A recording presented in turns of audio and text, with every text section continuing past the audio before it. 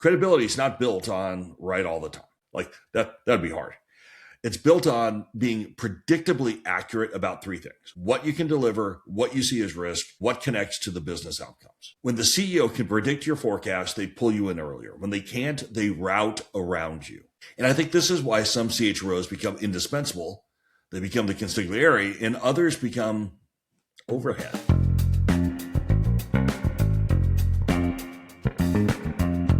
Hey there, senior leader, and welcome to the Talent Sherpa podcast. This is where senior leaders come to rethink how human capital really works.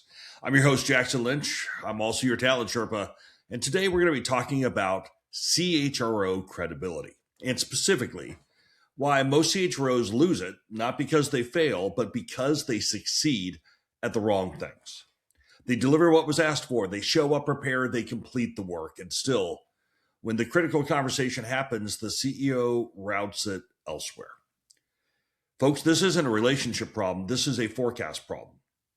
But before we get started, let me ask you for a quick favor. If you find value in these conversations, please like and subscribe or follow the Talent Sherpa podcast anywhere you get your shows. It helps more senior leaders find the show and it allows us to keep doing this work for you. And if you're a first-time CHRO or if you're preparing for that role, we have built practical tools to help you make an impact from day one. You can find everything over at mytalentsherpa.com. Okay, let's get into it. Let me describe a pattern that you've probably seen. A CHRO joins a company. They're very smart, experienced, well-regarded. They have a history of success. The CEO brought them in because the organization needs to scale. It needs better talent, needs someone who can build the human operating system. 6 months in, the CHRO is busy. They are running compensation reviews, managing the performance cycle. They are rolling out a new HRS even.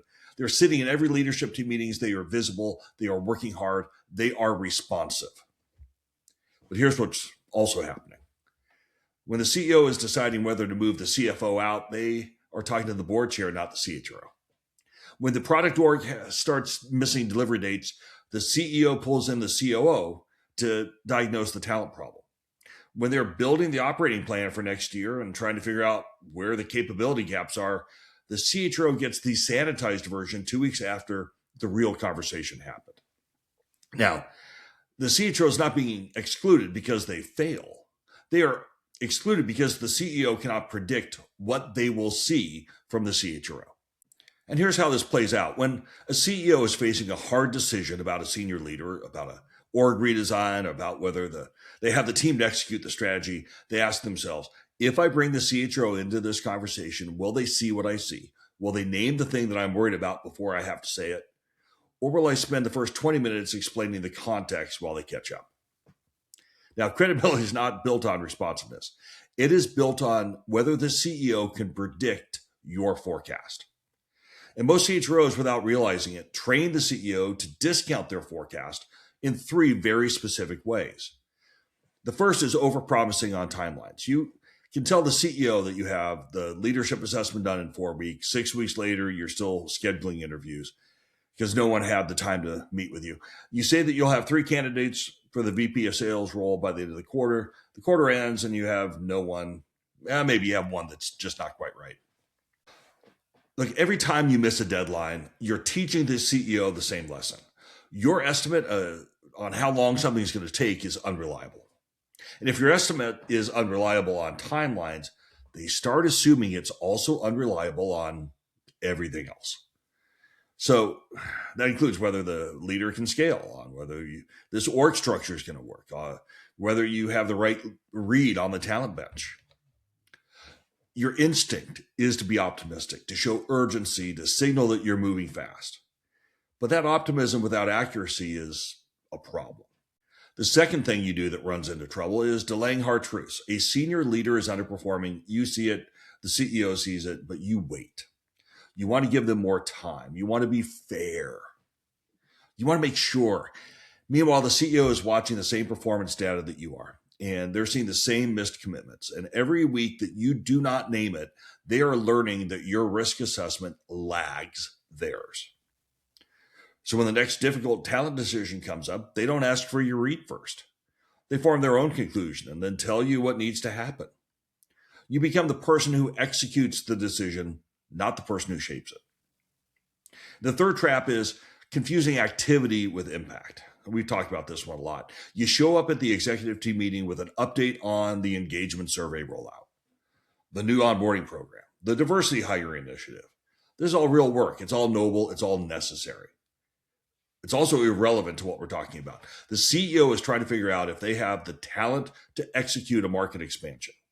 They're trying to assess whether the product org can ship faster. They're wondering if the senior team has the capability to operate at the next stage of scale. Your update doesn't connect to any of their decisions. And when your work doesn't connect to their decisions often enough, they stop expecting it to. Now, none of these traps are about effort or intentions. They are about precision. So let me reframe how credibility actually works when you are at the enterprise altitude rather than the functional one. Credibility is not built on right all the time. Like that'd be hard. It's built on being predictably accurate about three things: what you can deliver, what you see as risk, and what connects to the business outcomes. When the CEO can predict your forecast, they pull you in earlier. When they can't, they route around you. And I think this is why some CHROs become indispensable. They become the consigliere, and others become overhead. Even when both are working equally hard, and they might even be equally talented. The indispensable CHRO operates from a simple mental model.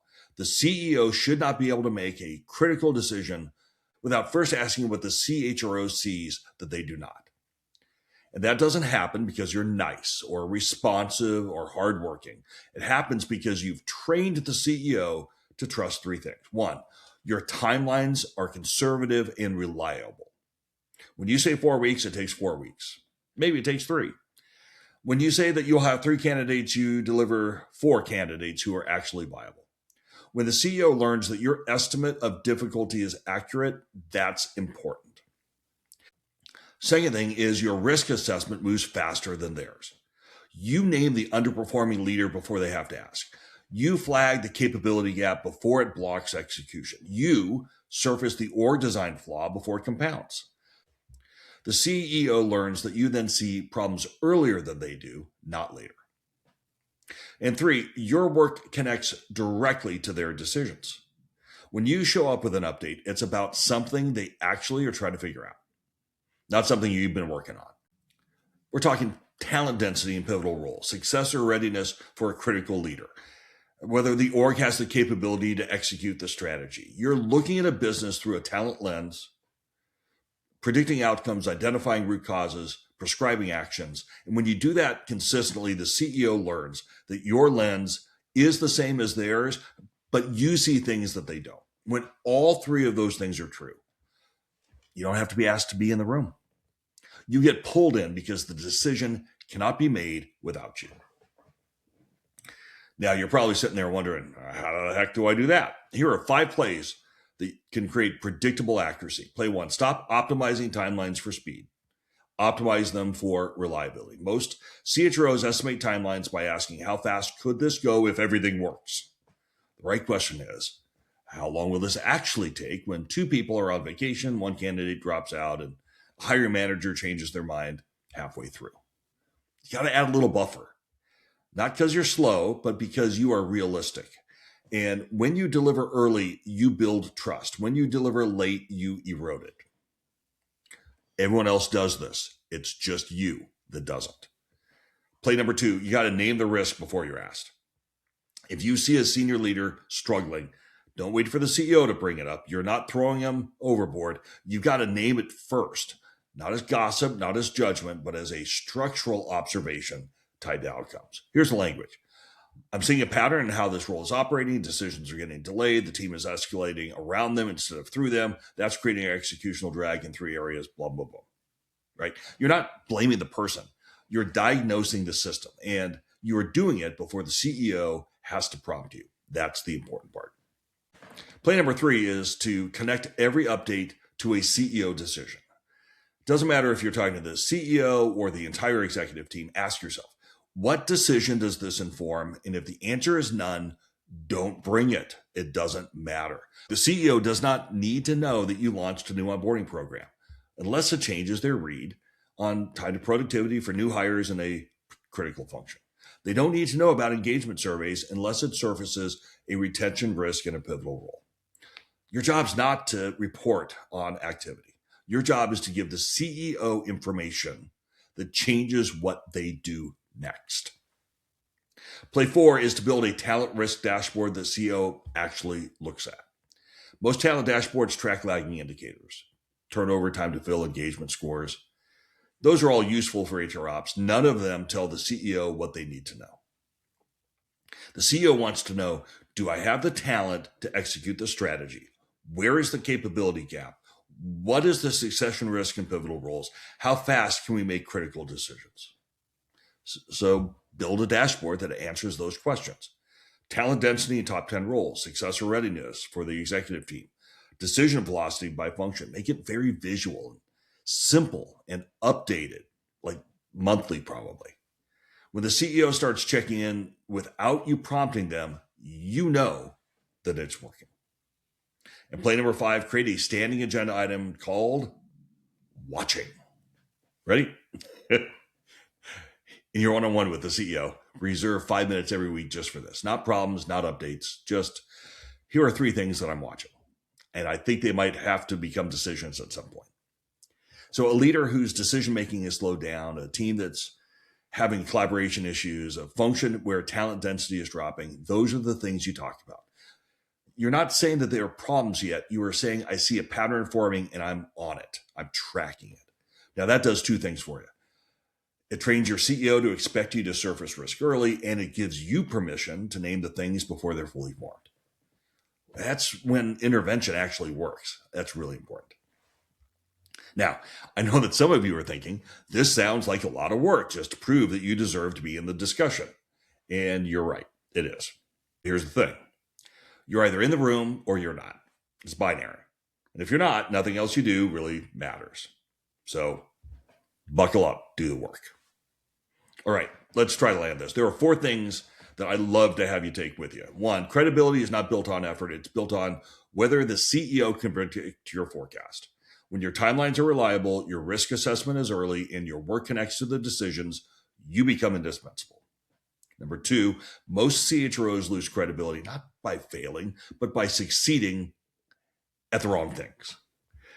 Optimistic timelines, delayed risk assessment, activity-focused updates all train the CEO to discount your judgment. Stop doing those. And the goal here, number 3, is not to be in every conversation. It's not a visibility thing.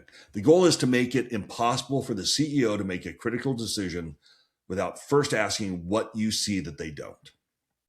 And number 4, precision in this case beats speed. Conservative timelines that you hit build more trust than aggressive timelines that you don't. Early risk assessments build more credibility than waiting to be asked. And work that connects to decisions builds more influence than work that demonstrates efforts. Now, let me just wrap this up. I want to thank you so much for spending some time with me today. And I appreciate you being a part of this community of senior leaders who want to rethink how human capital really works. Now, if you want to know where to start, I'd say begin with designing role clarity alongside an AI partner. That is where getpropulsion.ai comes in. They have an AI teammate that is able to enable your leadership team to focus on the work that actually drives business outcomes. And that's pretty cool. I recommend them to all my clients. And speaking of clients, if you are a first-time CHRO or maybe you're preparing to step into the role, I'd love to work with you. We can build practical tools together to help you make an impact from day one. You can find everything at mytalentsherpa.com. Jump on my calendar. Let's see if we can help. And of course, I want to thank Dripify, where you can find them at try.dripify.com/talentsherpa. So until next time, keep raising the bar, keep building predictable accuracy, and keep on climbing.